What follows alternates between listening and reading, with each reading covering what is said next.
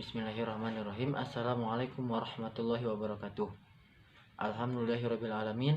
Wabihi nasta'inu ala umuri dunya wa din wa ala alihi wa sahbihi ajmain. Amma ba'du.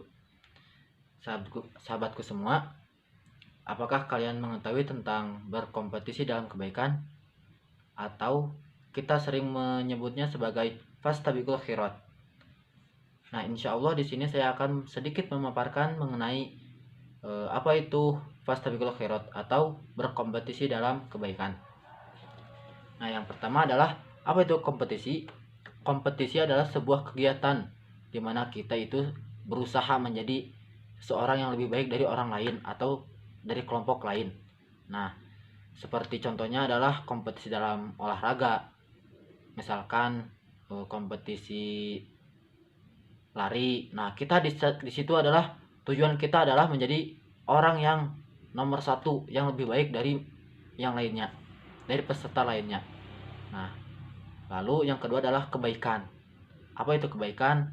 Kebaikan adalah sebuah kegiatan di mana kita membawa dampak positif bagi orang lain, di mana tingkah laku kita itu, kegiatan kita itu kita gunakan untuk membuat dampak positif bagi orang lain yang dapat bermanfaat bagi orang lain.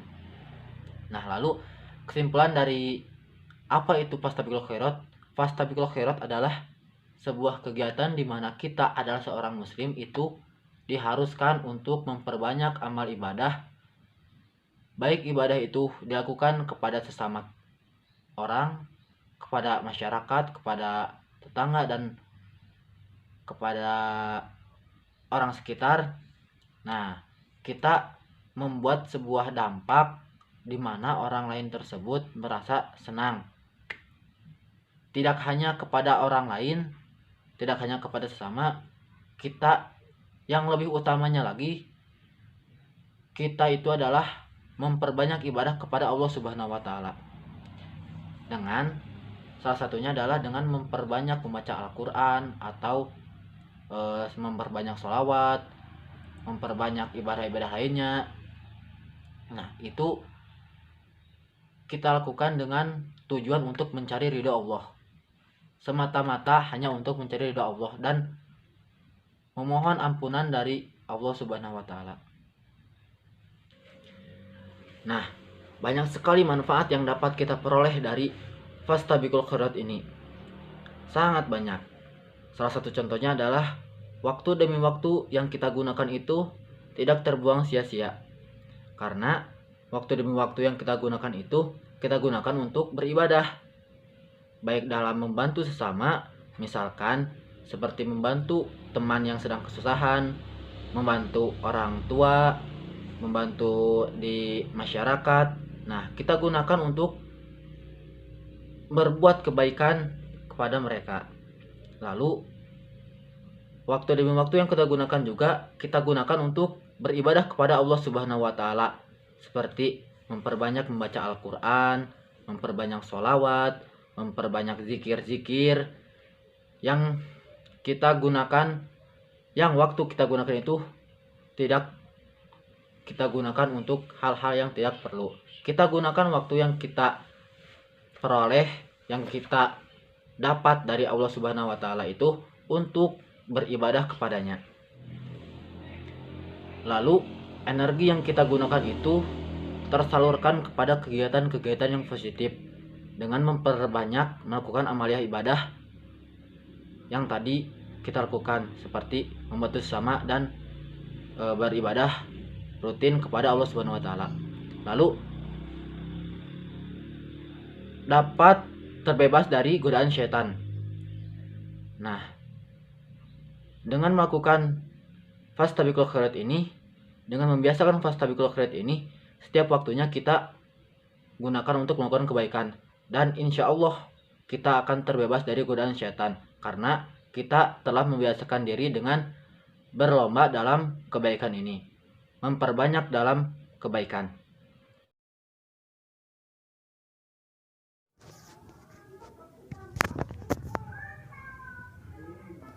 Nah, ada sebuah hadis dari Jabir bin Abdullah.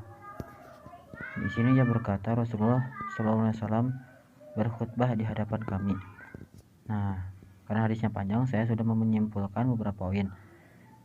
Yang pertama adalah segera bertobat sebelum meninggal. Artinya beliau memerintahkan kita selaku umatnya untuk segera bertobat sebelum kita meninggal, karena kita tidak tahu kapan kita dicabut nyawa oleh Allah. Yang kedua adalah muslim segera berusaha beramal soleh sebelum sibuk. Artinya beliau memerintahkan kita supaya memperbanyak amal ibadah selagi kita mempunyai waktu yang luang, sebelum nanti kita sibuk dengan urusan yang lain. Yang ketiga adalah rajin menyambung silaturahmi. Dengan menyambung silaturahmi terutama dengan kerabat-kerabat kita, insya Allah kita akan diberi banyak rezeki oleh Allah. Yang keempat adalah memperbanyak sedekah baik secara terang-terangan maupun sembunyi-sembunyi. Lalu yang terakhir adalah segera meminta ampun kepada Allah Subhanahu wa taala. Artinya ketika kita melakukan sebuah dosa, kita harus segera bertobat kepada Allah. Tidak boleh mengulangi kesalahan-kesalahan itu lagi.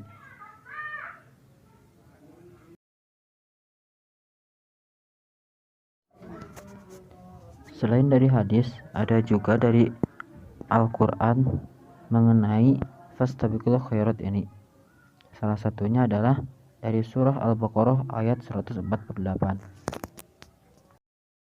وَلِكُلٍّ وِجْهَةٌ هُوَ مُوَلِّيهَا فَاسْتَبِقُوا الْخَيْرَاتِ أَيْنَمَا تَكُونُوا يَأْتِ بِكُمُ اللَّهُ جَمِيعًا إِنَّ اللَّهَ عَلَى كُلِّ شَيْءٍ قَدِيرٌ. Arti dari ayat tersebut adalah dan setiap umat mempunyai kiblat yang dia menghadap kepadanya, maka berlomba-lombalah kamu dalam kebaikan. Di mana saja kamu berada, pasti Allah akan mengumpulkan kamu semuanya. Sungguh Allah Maha Kuasa atas segala sesuatu. Quran Surah Al-Baqarah ayat 148. Dalam ayat ini ada beberapa poin yang dapat kita ambil kesimpulannya.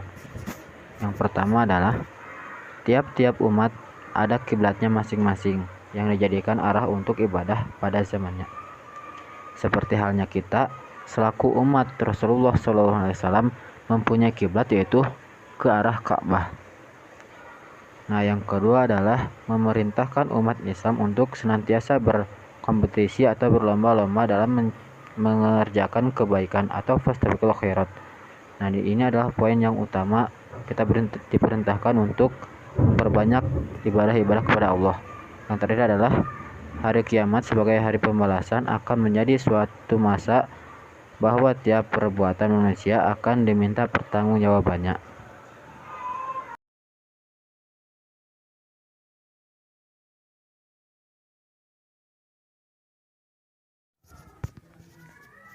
Nah, dalam isi kandungan surah Al-Baqarah ayat 148 ini kita dapat mengambil beberapa poin dalam penerapannya dalam kehidupan sehari-hari.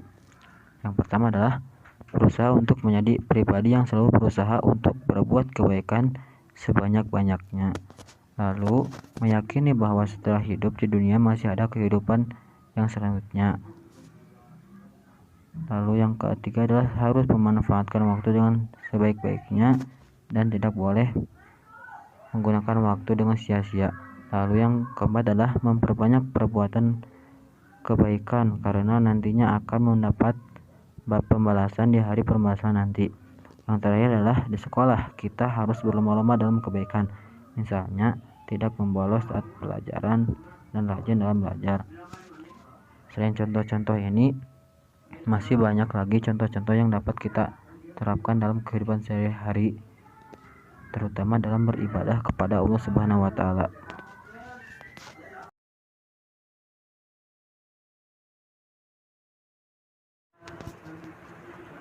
Nah, selain dari contoh hadis dan surah Al-Baqarah ayat 148, masih banyak lagi hadis-hadis dan dalil-dalil Al-Quran yang memerintahkan kita semua untuk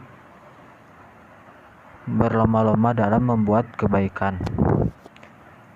Nah, inti dari pembahasan ini adalah bahwa kita selaku umat muslim wajib untuk memperbanyak amal ibadah kepada sesama, terutama kepada Allah Subhanahu wa taala, dengan memperbanyak zikir dan ibadah-ibadah sunnah lainnya.